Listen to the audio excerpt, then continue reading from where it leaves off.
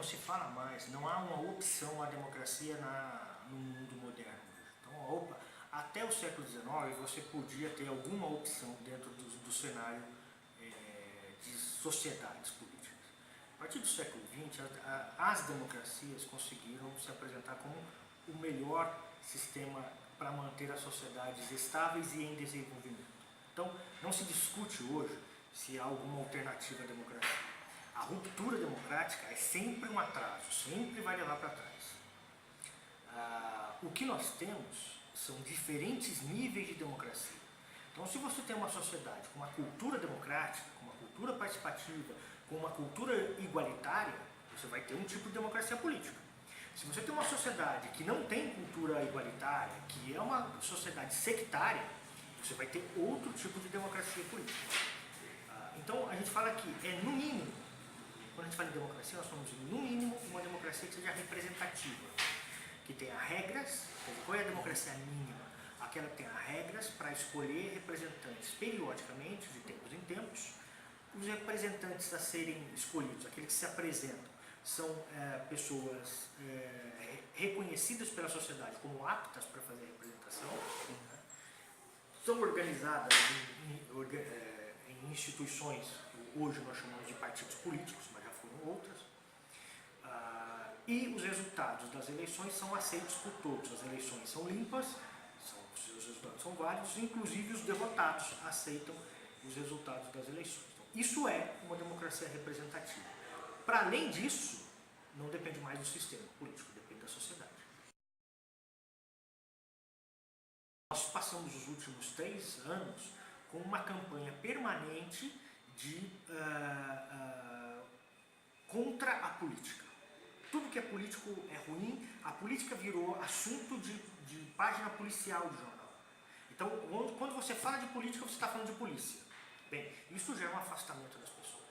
As pessoas vão se afastando da política porque aquilo é ruim. Mas não é que aquilo seja ruim porque houve uma grande mudança na política. Não, houve uma mudança na forma de tratar a política por parte dos meios de comunicação, tanto os tradicionais quanto os meios digitais. Então, o que aconteceu foi um afastamento do eleitor por descrédito da política como um todo. Aqueles que imaginavam que essa campanha contínua ia gerar apenas um efeito sobre um ou poucos partidos, caíram no cavalo, porque gerou um efeito sobre todos.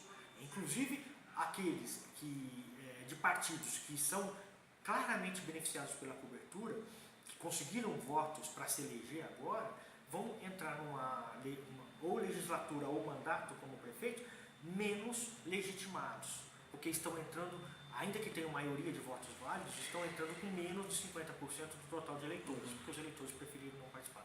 Então, deslegitima toda a política, toda a representação, não deslegitima um ou outro partido quando há essa opção de fazer uma cobertura, que é uma cobertura mais criminal do que de solução dos problemas da política.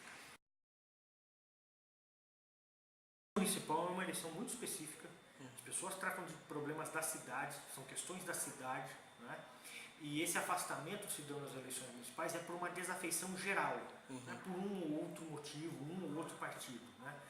Teve um efeito que foi um efeito inclusive nas eleições municipais, onde o eleitor normalmente participa mais, porque são os problemas, as questões, as demandas mais próximas dele. É possível imaginar que se nós tivéssemos uma eleição nacional em 2016, o afastamento seria bem maior.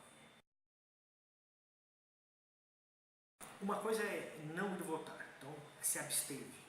Certo?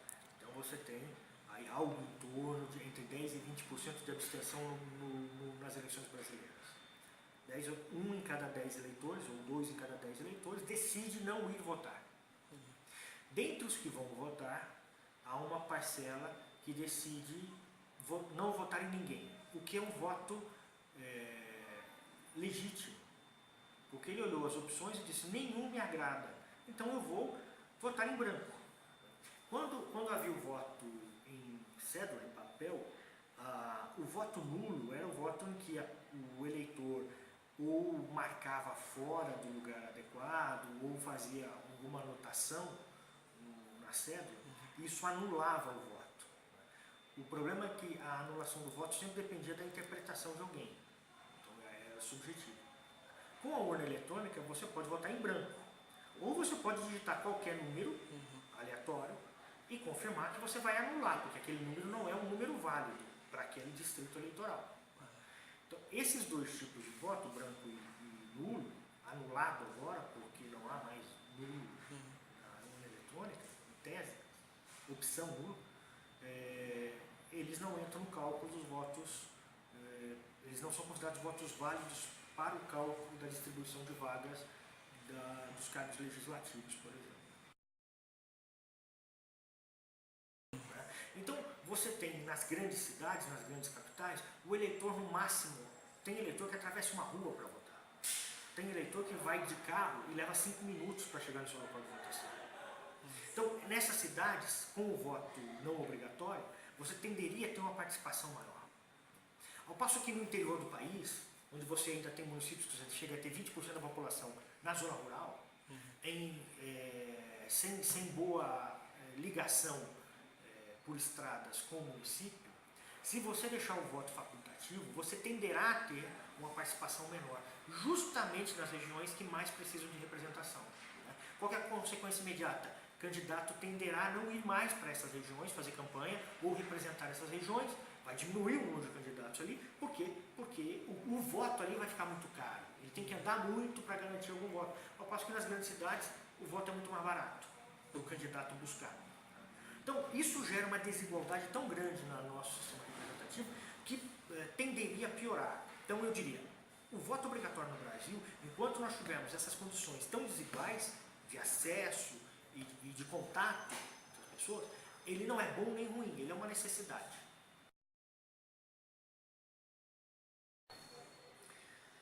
Olha, o momento político, do ponto de vista eleitoral, é um momento de fim de ciclo.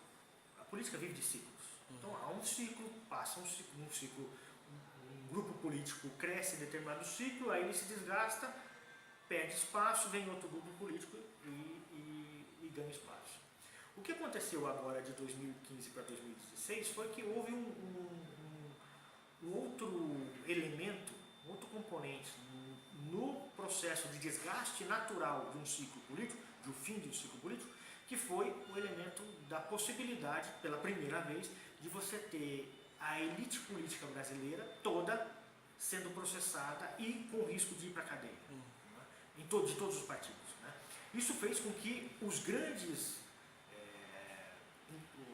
as cúpulas dos partidos se movimentassem para criar uma crise maior para tentar abafar a crise criminal.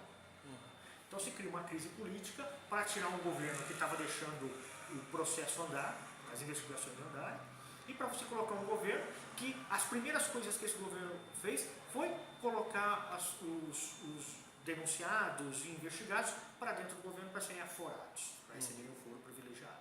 Então, se não houver, e não é possível dizer isso agora, porque tem que esperar terminar a operação policial, mas se não houver uma influência direta do governo sobre a operação policial, pelo menos indireta já houve. Porque se o governo anterior, nos primeiros 2 anos da Operação Lava Jato, todo mundo que estava no governo, quando denunciado, saía do governo, agora, nesses primeiros meses do governo do PMDB, todo mundo que é denunciado entra no governo. Ou entra no governo antes de ser denunciado para receber o foro privilegiado. Não há diferenças entre os que estavam no governo anterior e os que estão agora. A elite política é a mesma. Essa é a elite política que nós produzimos como sociedade. A sociedade brasileira produziu essa elite política. Estas pessoas que fazem esse tipo de coisa. Independente do partido, todas elas estavam lá no governo anterior e continuam no governo agora. A diferença é o tratamento que o governo dá a elas. E esse tratamento tem impacto sobre a operação. Não só trocar voto por favor é geral. Não é o eleitor pobre que faz isso. Quando uma empreiteira dessa faz um acordo para dar dinheiro por fora do país para garantir a sobrevivência de um partido, um governo, ele está trocando voto por favor, porque está garantindo a sua própria manutenção. É a sociedade que produziu essa lógica. Foi a nossa sociedade que produziu essa elite política e essa forma de tratar que as pessoas têm dentro da política. Nós temos uma oportunidade de romper essa lógica. Não me parece que nós estamos conseguindo romper, pelo contrário, nós estamos conseguindo reforçar essa lógica, mantendo investigados dentro dos governos. E mais uma coisa, isso não acontece apenas em uma esfera de poder. Isso acontece na esfera federal, nas estaduais e nas municipais. Não é possível que as pessoas acreditem que é apenas uma empresa pública que sofre com corrupção de empreiteiras, quando são as mesmas empreiteiras que prestam serviços para os governos de estado, são as mesmas empreiteiras que constroem rodovias nos estados, que constroem as escolas nos estados, que prestam serviços para as empresas estaduais de energia elétrica. Não é possível que as pessoas imaginem que os problemas de corrupção estejam restritos a uma única empresa. Então, quando a gente vai prestar serviço para aquela empresa, a gente é lobo mau. Quando a gente vem para o governo do estado, não, aí a gente é bonzinho e ninguém rouba nada, ninguém pede nem dá comissão além dos limites, ninguém cria aditivos só para conseguir mais dinheiro. Quer dizer, é ilógico isso. Esse é o problema que eu citei antes. Com isso a gente vai reforçar essa lógica ao invés de combatê-la de fato. É um equívoco achar que o problema do Brasil é o eleitor. O problema do Brasil não é o eleitor, o problema do Brasil é a elite política. O eleitor é a solução. Todas as vezes que a gente continuar falando, o eleitor tem que participar mais. Sim, mas você afasta o eleitor porque você diz que é só corrupção. O eleitor não sabe escolher. Como não? O eleitor escolhe em função das opções que ele tem. Quem oferece as opções? Os partidos. Ora, se o partido oferece 2 candidatos, como é o caso do segundo turno para Curitiba, por exemplo, extremamente iguais, muito parecidos, na história, na visão de mundo, na visão de administração pública. Que escolha que você quer que o eleitor tenha? O eleitor não consegue escolher, se não tem opção real. Né? Então nós temos um problema na elite política, são eles que têm que ser cobrados. E a elite partidária, né? Aqueles que decidem quem serão os candidatos. Não